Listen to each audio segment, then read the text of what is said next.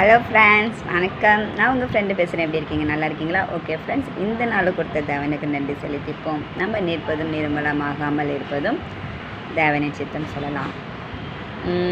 எனக்கு ஒன்றும் அதிகமாக பேசணும்னு தோணல. கொஞ்சம் மனசு கஷ்டமாக இருக்குது. உன்னைய பார்த்தா மனசு கஷ்டமாக இருக்கா அப்படின்னு தான் கேட்க தோணும். பட் இருந்தாலும் பரவாயில்ல. நம்மளை ரொம்ப ஒருத்தவங்க அதிகமாக நம்ம நேசிச்சிட்டோன்னு வச்சுக்கோங்களேன், அவங்க நம்மளுக்கு புரிஞ்சிக்கல அப்படின்னா அதோட வேறு பெரிய வழி ஒன்றும் கிடையாது. பட் அவங்களுக்கு நம்மளை புரிய வைக்கணும் அப்படின்னா சில விஷயங்கள் செஞ்சு தான் ஆகணும் அப்படிங்கிற கண்டிஷனும் இருக்குது. ஒருத்தவங்களுக்கு நம்ம அடித்து தண்டனை கொடுக்குறதோட அவங்கள மன்னிச்சு தண்டனை கொடுக்குறது அப்படிங்கிறத ஏசப்பா சொல்லியிருக்கிறாரு. ஸோ நம்மளை புரிஞ்சிக்கல அப்படின்னாக்க புரிஞ்சுக்கிறது வரைக்கும் வெயிட் பண்ணுவோம். இல்லையா, நோ ப்ராப்ளம் அப்படிங்கிற மாதிரிட்டு விட்டுட்டு போயிடலாம். என்னைக்காகவும் ஒருத்தவங்களுக்காக நம்ம அடிமையாக இருக்கணும், நம்மளோட பாசங்களை மட்டும் தரணும் அப்படிங்கிறது கிடையாது. அவங்களோட பாசங்களையும் நம்ம எதிர்பார்ப்போம் இல்லையா? அதாவது கேளுங்கள் தரப்படும், தட்டுங்கள் திறக்கப்படும், தேடுங்கள் கண்டடைவீர்கள்னு ஏசப்பா சொல்லியிருக்காரு. கேளுங்கள் தரப்படும் தான். அன்பை நம்ம கேட்டு பார்த்துட்டோமோ அந்த அன்பு கிடைக்கல அப்படின்னா கிடைக்காத அன்புக்காக நம்ம ஏங்க தேவையில்லை. உண்மையான அன்பு ஏசப்பாவோட அன்பு இருக்குது. அதை தவிர இந்த உலகத்தில் எதுவுமே நிரந்தரம் இல்லை. மனுஷன் முகத்தை பார்ப்பான், தேவன் உள் இருதயங்களை ஆராய்ந்து பார்ப்பார். மனுஷன் வேர்த்துட்டான்.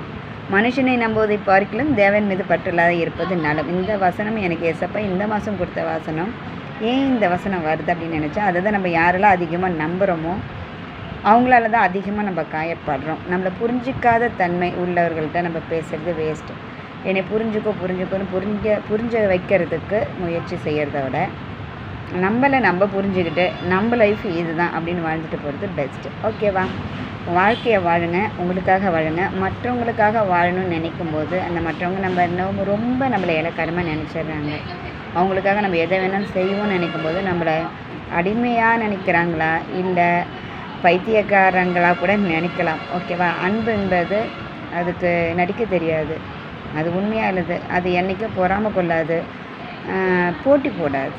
உங்கள்கிட்ட ஒருத்தவங்க போட்டி போடுறாங்க, நீ தான் எனக்கு அன்பு காட்டணும், நான் ஏன் காட்டணும், நீ செஞ்சா என்ன, நான் ஏன் செய்யணும் அப்படின்றாங்கன்னா அது போட்டியில் வர்றது. அது பேர் உண்மையான அன்பு கிடையாது. ஓகேவா? உண்மையான அன்பு உங்களை ஒரு நாள் விட்டு போகாது. உங்களுக்கு உரியதாக இருந்தால் கண்டிப்பாக அது உங்களுக்காக வந்து சேரும். இந்த நாளை கொடுத்தது எனக்கு நன்றி செலுத்திப்போம். Okay, by.